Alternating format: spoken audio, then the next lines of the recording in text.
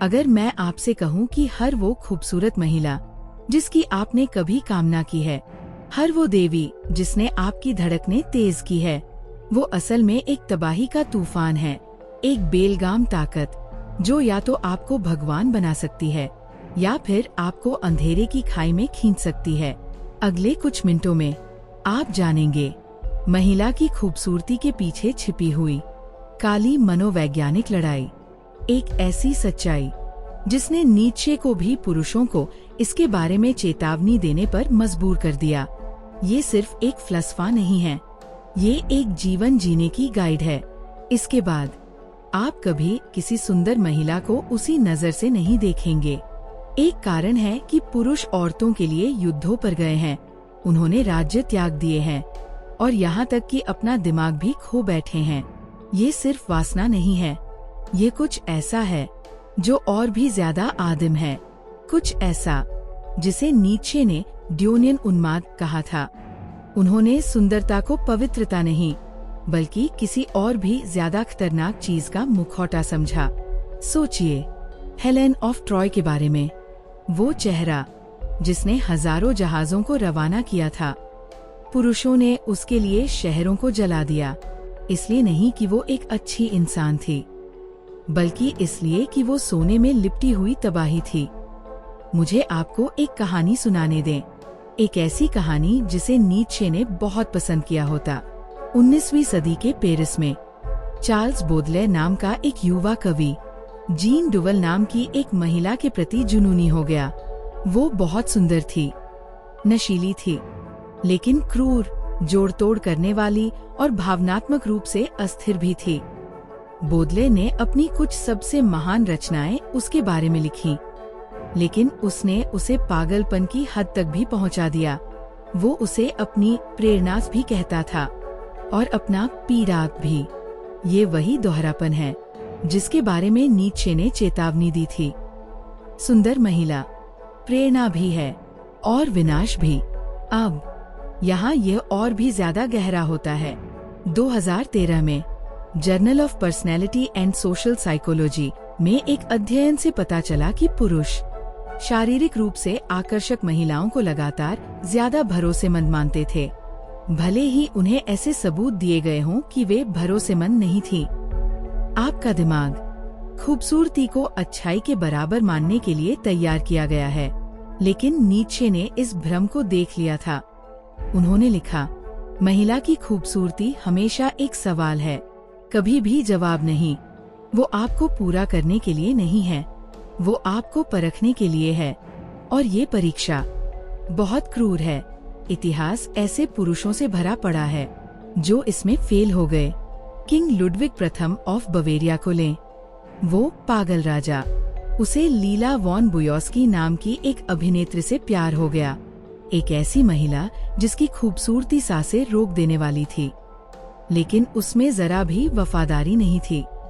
उसने उसे मैनिपुलेट किया, उसका पैसा ले लिया और उसे तोड़कर चली गई। लुडविग कल्पनाओं में खो गया, परियों की कहानियों वाले महल बनाने लगा, जबकि उसका दिमाग बिखर रहा था। नीत्शे ने इसे तुरंत पहचान लिया होता। वो आदमी जो खूबसूरती को सच्चाई समझता है, वो बर्बाद होने के लिए ही बना है। तो ऐसा क्यों होता है? क्यों पुरुष खूबसूरत महिलाओं में खुद को खो देते हैं? नीत्शे ने इसे इच्छा की शक्ति का सबसे धोखे वाला रूप कहा। महिलाएं तलवारें या सेनाएं नहीं चलाती, वे ध्यान आकर्षित करती है, और जिस पल आप उसकी चाहत को अपने उद्देश्य से ज्यादा चाहने लगते हैं, उसी पल आप हार चुके होते हैं। लेकिन इससे बाहर निकलने का एक रास्ता है। नीत्शे का समाधान महिलाओं से नफरत करना नहीं था, वो था खुद पर महारत हासिल करना। वो आदमी जिसे खूबसूरती से सराहना की जरूरत नहीं है, वही आदमी है जो बिना बर्बाद हुए उसकी सच में तारीफ कर सकता है। लेकिन अगर मैं आपसे कहूँ कि एक और भी गहरा राज है, कि हर सुंदर महिला की मुस्कान के पीछे एक मनोवैज्ञानिक जाल छिपा है जो सभ्यता से भी पुराना है। एक ऐसा जाल जिसने राजाओं, जीनियसों और यहाँ तक कि आप जैसे आधुनिक पुरुषों को भी गुलाम बनाया है। अब हम इतिहास की सबसे पुरानी मैनिपुलेशन तकनीक और इससे पहले कि बहुत देर हो जाए, इससे आजाद होने के तरीके में उतरते हैं। पुरुषों के दिमागों में एक शक्ति काम कर रही है, एक ऐसी शक्ति जो इतनी प्राचीन है, हमारी जीव विज्ञान में इतनी गहराई से बैठी है कि ज्यादातर लोग कभी महसूस भी नहीं कर पाते कि वो वहाँ है। नीत्शे ने इसे शाश्वत स्त्री कहा। ये कोई तारीफ नहीं थी, बल्कि एक चेतावनी थी। वो समझता था कि एक सुंदर महिला के आकर्षण के पीछे सिर्फ आकर्षण से भी ज्यादा खतरनाक चीज छिपी है। ये इच्छा शक्ति की एक परीक्षा है, एक अग्नि परीक्षा जिसने समय की शुरुआत से ही पुरुषों को तोड़ा है। सैमसन और डेलिला की कहानी पर विचार करें। सैमसन एक ऐसा आदमी था जिसके पास अलौकिक शक्ति थी, एक योद्धा जो अपनी नंगी हथेलियों से शेरों को फाड़ सकता था। लेकिन डेलिला ने अपनी सम्मोहित कर देने वाली खूबसूरती और सधी हुई फुसफुसाहटों से उसे उलझा दिया। उसने उसे ताकत से नहीं हराया, उसने उसे ध्यान आकर्षित करके धीरे धीरे तोड़ दिया। उसने उसे अपनी शक्ति से ज्यादा उसकी मंजूरी की चाहत में डाल दिया, और जब उसने आखिरकार अपना राज बता दिया तो उसने उसे उसके दुश्मनों को सौंप दिया। ये सिर्फ एक बाइबल की कहानी नहीं है, ये एक मनोवैज्ञानिक खाका है। आधुनिक शोध इसकी पुष्टि करते हैं। 2017 में इवोल्यूशनरी साइकोलॉजी में एक अध्ययन से पता चला कि पुरुष एक आकर्षक महिला के सामने ज्यादा जोखिम लेने की संभावना रखते हैं। जुआ, लड़ाई, यहाँ तक कि लापरवाही भरे फैसले लेना। आपका दिमाग, चाहे आप इसे पसंद करें या न करें, प्रभावित करने के लिए बना है। और महिलाएं, चाहे जानबूझकर या अनजाने में, इसका फायदा उठाती है। नीत्शे ने इसे साफ साफ देखा। महिला अपने प्यार में आदमी से ज्यादा कलात्मक होती है, लेकिन वो कम प्यार करती है। वो इस खेल को अलग होकर खेलती है, जबकि पुरुष इसे बेचैनी से खेलते हैं। लेकिन क्यों? क्यों खूबसूरती पुरुषों पर इतनी ताकत रखती है? इसका जवाब नीत्शे ने मूल्यों का पुनर्मूल्यांकन कहा। एक खूबसूरत महिला सिर्फ आकर्षित नहीं करती, वो एक आदमी की प्राथमिकताओं को फिर से व्यवस्थित करती है। वो मानक बन जाती है जिससे वो अपनी कीमत मापता है। और एक बार जब ऐसा हो जाता है तो वो आजाद नहीं रहता। इतिहास ऐसे पुरुषों से भरा पड़ा है जिन्होंने एक महिला की मंजूरी के लिए राज्य, धन और यहाँ तक कि अपनी मानसिक स्थिरता भी छोड़ दी। सम्राट नीरो का उदाहरण लें। जब वह पोया सबीना से मिला, एक ऐसी महिला जिसकी खूबसूरती और चतुराई की कहानियां थी, वो उसके प्रति जुनूनी हो गया। उसने उसे अपनी माँ की हत्या करने, अपनी पहली पत्नी को मार देने और यहाँ तक कि उसे प्रभावित करने के लिए रोम को जलाने के लिए भी मना लिया। और बदले में उसने क्या किया? उसने उसे धोखा दिया, हेरफेर किया और उसे एक टूटा हुआ पागल तानाशाह बना दिया। ये वही खतरा है जिसकी नीत्शे ने चेतावनी दी थी। जिस पल एक महिला आपकी भगवान बन जाती है, आप उसके गुलाम बन जाते हैं। लेकिन यहाँ एक ट्विस्ट है, महिलाओं को कोशिश भी नहीं करनी पड़ती। ये कोई बड़ी साजिश नहीं है, ये जीव विज्ञान है। Quarterly journal of experimental psychology में 2015 के एक अध्ययन से पता चला कि पुरुष स्वचालित रूप से सुंदर महिलाओं को ऊंचे दर्जे का मानते हैं, भले ही उनके पास कोई असल शक्ति न हो। आपका दिमाग, चाहे आप इसे पसंद करें या न करें, उन्हें ऊंचा उठाता है, उन्हें एक ऐसे पेडेस्टल पर रखता है जिसके लिए उन्होंने कभी कहा भी नहीं था। और एक बार जब वे वहां पहुंच जाती है तो उनका ध्यान बनाए रखने का एकमात्र तरीका है बलिदान करते रहना। नीत्शे का इलाज था क्रूर आत्म ईमानदारी। एक नाचते हुए तारे को जन्म देने के लिए किसी के भीतर अराजकता होनी चाहिए। अराजकता आपका अपना जुनून है, उसकी आंखों में मतलब खोजने की आपकी अपनी भूख है। नाचता हुआ तारा वो आदमी है जिसे अब इसकी जरूरत नहीं है। लेकिन क्या होगा अगर ये खेल और भी गहरा हो? क्या होगा अगर सबसे खतरनाक महिलाएं वो नहीं हैं जो जानबूझकर हेरफेर करती है, बल्कि वो है जो ये महसूस किए बिना करती है कि सबसे बड़ा जाल वो है जिसके बारे में उसे भी पता नहीं है। यह वो जगह है जहां हम उस अचेतन खेल को उजागर करते हैं, छिपे हुए मनोवैज्ञानिक ट्रिगर्स को, जो सबसे निर्दोष दिखने वाली महिलाओं को भी पुरुषों पर ताकत का इस्तेमाल करने के लिए मजबूर करते हैं। आप उन संकेतों को पहचानना सीखेंगे इससे पहले कि बहुत देर हो जाए, और इतिहास के सबसे पुराने हेरफेर से अपने दिमाग को वापस पाना सीखेंगे।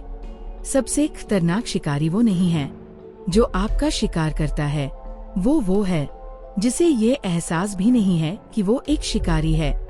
नीत्शे ने इस सच्चाई को, जिस तरह से महिलाएं दुनिया में चलती है, उसमें देखा। वो कोई शातिर विलेन नहीं है, बल्कि चुनाव की प्राकृतिक शक्तियां है। उन्होंने लिखा, महिला का स्वभाव सतह है, उथले पानी पर एक मोबाइल, तूफानी फिल्म। उसे आप पर हावी होने के लिए किसी योजना की जरूरत नहीं है, उसे बस मौजूद रहने की जरूरत है, और आपका जीव विज्ञान बाकी काम कर देता है। यूनिवर्सिटी ऑफ टेक्सास के इस परेशान करने वाले प्रयोग पर विचार करें। शोधकर्ताओं ने पुरुषों से एक सुंदर महिला के सामने कई काम करवाए। खास बात क्या थी? वो महिला उनसे बातचीत भी नहीं कर रही थी, वो बस वहाँ कमरे में खामोशी से बैठी थी। फिर भी पुरुषों के कोर्टिसोल स्तर, यानी तनाव हार्मोन, बढ़ गए। उनके फैसले लेने की क्षमता लड़खड़ाई और उनका प्रदर्शन गिर गया। कोई शब्द नहीं, कोई फ्लर्टेशन नहीं, सिर्फ मौजूदगी। ये अचेतन खेल है जहां उसके ध्यान की मात्र संभावना ही आपके दिमाग को फिर से तार-तार कर देती है। इतिहास के सबसे महान पुरुष इस अदृश्य शक्ति के शिकार हुए हैं। आर्थर शोपेनहावर को लें, वो दार्शनिक जिसने दुनिया के भ्रमों को देखा, फिर भी एक महिला ने उसे घुटनों पर ला दिया, जिसने उसे शायद ही कभी नोटिस किया हो। उसने एक युवा ओपेरा गायिका कैरोलिन रिक्टर का पीछा किया, उसे प्रेम पत्र लिखे, उसकी हर नजर पर जुनूनी हो गया। उसने कभी उसे मैनिपुलेट नहीं किया, उसे करना ही नहीं पड़ा। उसके अपने दिमाग ने उसकी उदासीनता को एक जुनून में बदल दिया। नीत्शे, उनके बौद्धिक उत्तराधिकारी, ने इससे सीखा, महिला सबसे परिपूर्ण शिकारी जानवर है, क्योंकि वो हानिरहित लगती है। लेकिन ऐसा क्यों होता है? क्यों एक महिला की निष्क्रिय उपस्थिति पुरुषों में ऐसी आत्मविनाशकारी प्रवृत्ति को ट्रिगर करती है? इसका जवाब विकासवादी वायरिंग में है। साइकोलॉजिकल साइंस में 2016 के एक अध्ययन से पता चला कि पुरुष स्वचालित रूप से एक महिला की मुस्कान को यौन रुचि के रूप में मानते हैं, भले ही वो पूरी तरह से दोस्ताना हो। आपका दिमाग प्राचीन प्रोग्रामिंग का कैदी है, जहाँ कोई संकेत नहीं होते, वहाँ भी संकेत देखता है और कैजुअल नजर को वादों में बदल देता है। और महिलाएं, उन्हें ये भी नहीं पता होता कि वे उन्हें भेज रही हैं। फ्रेंच कवि रेम्बो भी इसे अच्छी तरह समझता था। 17 साल की उम्र में वो एक शादीशुदा महिला, वर्लेन की पत्नी मैटेल के प्रति आसक्त हो गया। वो विनम्र थी, बस इतना ही, लेकिन उसके दिमाग में उसकी दया एक गुप्त कोड थी। उसकी मुस्कान निमंत्रण थी। उसने उसे उन्मादी पत्र लिखे, उसे अपनी प्रेरणा मानकर। जब उसने उसे ठुकरा दिया तो वो क्रोध में डूब गया और वर्लेन के साथ अपनी दोस्ती को लगभग खत्म कर दिया। ये वही पागलपन है जिसकी नीत्शे ने चेतावनी दी थी। वो आदमी जो एक महिला के अस्तित्व को केवल उसके लिए भेजा गया संदेश समझता है। आधुनिक डेटिंग इसी भ्रम पर बनी है। Social media, dating apps, night clubs, सभी पुरुष दिमाग की इस घातक कमी का फायदा उठाने के लिए बनाए गए हैं। उसकी पहेली को सुलझाने की जरूरत। एक अकेली इंस्टाग्राम लाइक पुरुषों को जासूस मोड में भेज देती है। एक अस्पष्ट टेक्स्ट एक मनोवैज्ञानिक भूल भुलैया बन जाता है। और महिला, वो बस अपनी जिंदगी जी रही है। उसे उस ताकत का एहसास नहीं होता जो उसके पास है, क्योंकि उसे होने की जरूरत नहीं है। नीत्शे का एंटीडोट। क्रूर आत्म ईमानदारी था। एक नाचते हुए तारे को जन्म देने के लिए किसी के भीतर अराजकता होनी चाहिए। अराजकता आपकी अपनी सनक है, उसकी आंखों में मतलब कि आपकी अपनी भूख है। नाचता हुआ तारा वो आदमी है जिसे अब इसकी जरूरत नहीं है। लेकिन क्या होगा अगर खेल और भी गहरा चलता है? क्या होगा अगर सबसे खतरनाक महिलाएं वो नहीं हैं जो उदासीन हैं, बल्कि वो है जो ईमानदारी से मानती है कि वे आपसे प्यार करती है, भले ही वे आपको बर्बाद कर रही हों। अब हम सबसे गहरी परत में उतरते हैं। वो महिलाएं जो आपको बर्बाद करने के लिए प्यार करती है। आप उन पत्नियों से मिलेंगे जिन्होंने जीनियसों को अपाहिज कर दिया, उन प्रेरणाओं से जिन्होंने पीड़ा के माध्यम से कला को बढ़ावा दिया, और इस भयानक सच्चाई से कि सही महिला गलत महिला से कहीं ज्यादा खतरनाक हो सकती है। एक विशेष प्रकार की बर्बादी सिर्फ उन पुरुषों के लिए होती है जिन्हें एक गलत महिला ने प्यार किया था, क्रूरता से नहीं बल्कि भक्ति से। नीत्शे ने इस विरोधाभास को साफ साफ देखा। ये आपकी भावनाओं की ताकत नहीं है, बल्कि उनकी अवधि है जो महान पुरुषों को कमजोर बनाती है। वो महिला जो आपकी पूजा करती है, जो अपने जीवन को आपके चारों ओर ढालती है, जिसे आपकी जरूरत है, वो वही है जो आपको अंदर से खोखला कर देगी। क्योंकि प्यार जब जुनून बन जाता है तो ऊंचा नहीं उठाता, वो खत्म कर देता है। इतिहास की सबसे बड़ी त्रासदी ठुकराए गए प्रेमियों ने नहीं, बल्कि समर्पित प्रेमियों ने लिखी थी। फ्रेडरिक हॉल्डलन पर विचार करें। वो काव्यात्मक प्रतिभा जिसका दिमाग उसकी प्रेरणा सुसेट गोंटार्ड की बाहों में बिखर गया। वो उसकी पूजा करती थी, उसे अपना देवता कहती थी, उसकी कला को अपनी भक्ति से खिलाती थी। लेकिन वो ही भक्ति उसका पिंजरा बन गई। जितना ज्यादा वो उसे आदर्श बनाती थी, उतना ही ज्यादा उसे उसकी उम्मीदों का बोझ महसूस होता था, जब तक कि वो पागलपन में ढह नहीं गया। अपनी जिंदगी के आखिरी दशक एक टावर में बिताने लगा, एक ऐसी महिला के लिए बिखरे हुए छंद लिखता रहा जिसका वो अब सामना नहीं कर सकता था। यह किसी का भगवान होने की छिपी हुई कीमत है। कोई भी नश्वर इसे सहन नहीं कर सकता। आधुनिक मनोविज्ञान इस अंधेरे गतिशीलता की पुष्टि करता है।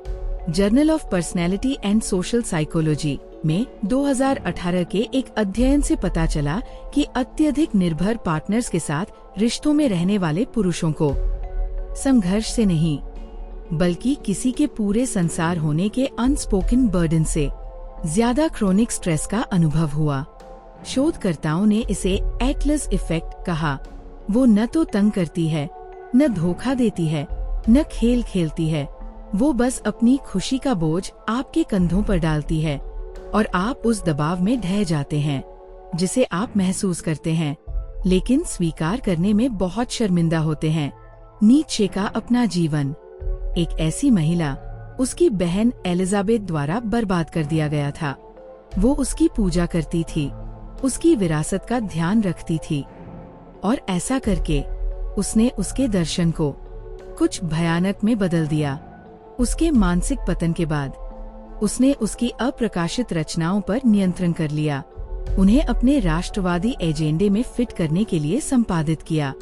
वो आदमी जिसने बनो जो तुम हो लिखा था, उसके जीवन के काम को उस एक इंसान ने फिर से लिखा जिसने उससे सबसे ज्यादा प्यार करने का दावा किया था। ये अंतिम विश्वासघात है। वो महिला जो आपसे इसलिए प्यार करती है कि आप कौन हैं, बल्कि इसलिए कि आप उसके लिए कौन हैं। लेकिन ऐसा क्यों होता है? क्यों सच्चा प्यार कभी कभी जहर बन जाता है? नीत्शे का जवाब इसकी सादगी में भयावह था। आत्महत्या का विचार एक शक्तिशाली आराम है। ये कई भयानक रातों से निकलने में मदद करता है।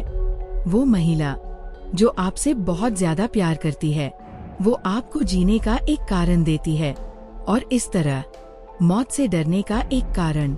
और डर महानता की मौत है। 20वीं सदी के सबसे ब्रिलियंट माइंड्स इस मूक हत्यारे के शिकार हुए। आर्थर कोस्टलर वो दार्शनिक जो फासीवाद और साम्यवाद से बच निकला, जिसने बिना पलक झपकाए टोटलिटेरियनिज्म का सामना किया, ने अपनी पत्नी सिंथिया के साथ अपना जीवन समाप्त कर लिया। वो उसकी पूजा करती थी, निर्वासन में उसके पीछे पीछे गई, अपना जीवन उसके काम के लिए समर्पित कर दिया। और जब उसने मरने का फैसला किया तो उसने भी उसके साथ मरना चुना। एक रोमांटिक त्रासदी नहीं, एक चेतावनी। वो महिला जो अपने अस्तित्व को आपके साथ मिला देती है, वो सिर्फ आपका जीवन साझा नहीं करती, वो आपकी मौत साझा करती है। लेकिन बाहर निकलने का एक रास्ता है। नीचे का समाधान प्यार को ठुकराना नहीं था, बल्कि उस पर महारत हासिल करना था। तुम्हारे भीतर एक नाचते हुए तारे को जन्म देने के लिए अराजकता होनी चाहिए। अराजकता भावनाओं का तूफान है। बहुत ज्यादा जरूरत होने का डर है। नाचता हुआ तारा वो आदमी है जो प्यार करता है बिना जरूरत महसूस किए जाने की जरूरत के। प्राचीन यूनानियों के पास इसके लिए एक शब्द था, यूडाइमोनिया। खुशी नहीं, बल्कि फलना फूलना।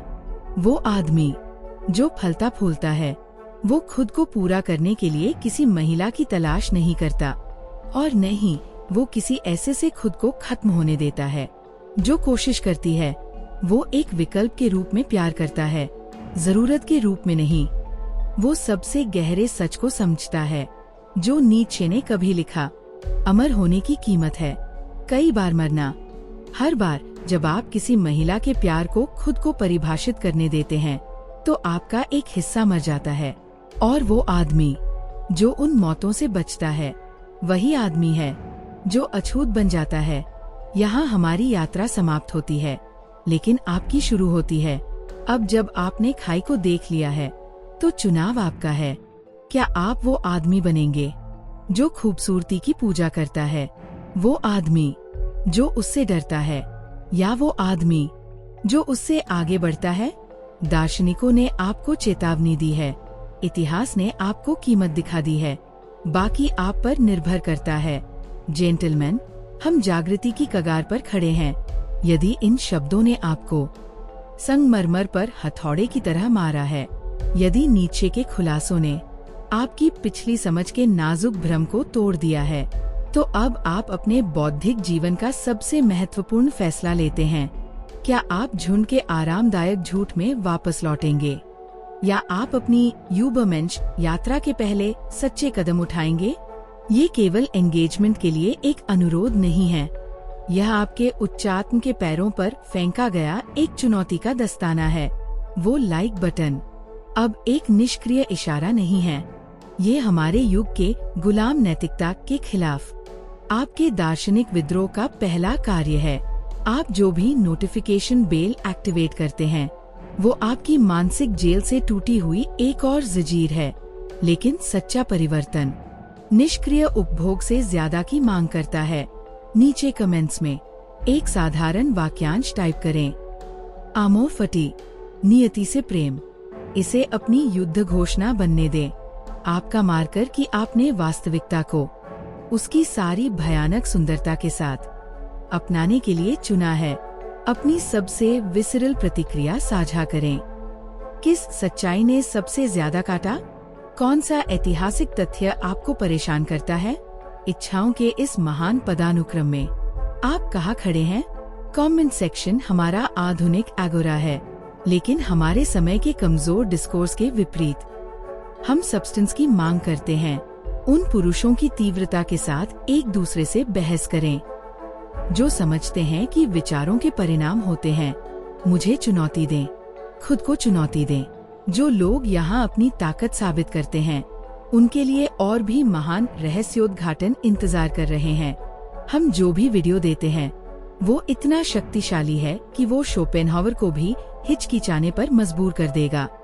हर नोटिफिकेशन चालू करें। आने वाली श्रृंखला उन सब कुछ को खत्म कर देगी जो आप शक्ति के बारे में, महिलाओं के बारे में, वास्तविकता के बहुत स्वभाव के बारे में सोचते थे। हम सिर्फ दर्शन शास्त्र का अध्ययन नहीं कर रहे हैं, हम इसे एक हथियार बना रहे हैं। अगला एवोल्यूशन जल्द ही शुरू होगा, लेकिन केवल उनके लिए जिन्होंने ये साबित कर दिया है कि वे इन सच्चाइयों का भार सहन कर सकते हैं। आपकी बारी है दार्शनिकों। आमो फटी नीचे। यदि आप खाई में घूरने और हंसने के लिए तैयार है, तो दुनिया उन लोगों की है जो इसे साफ साफ देखने की हिम्मत करते हैं। आप इतिहास के किस तरफ खड़े होंगे?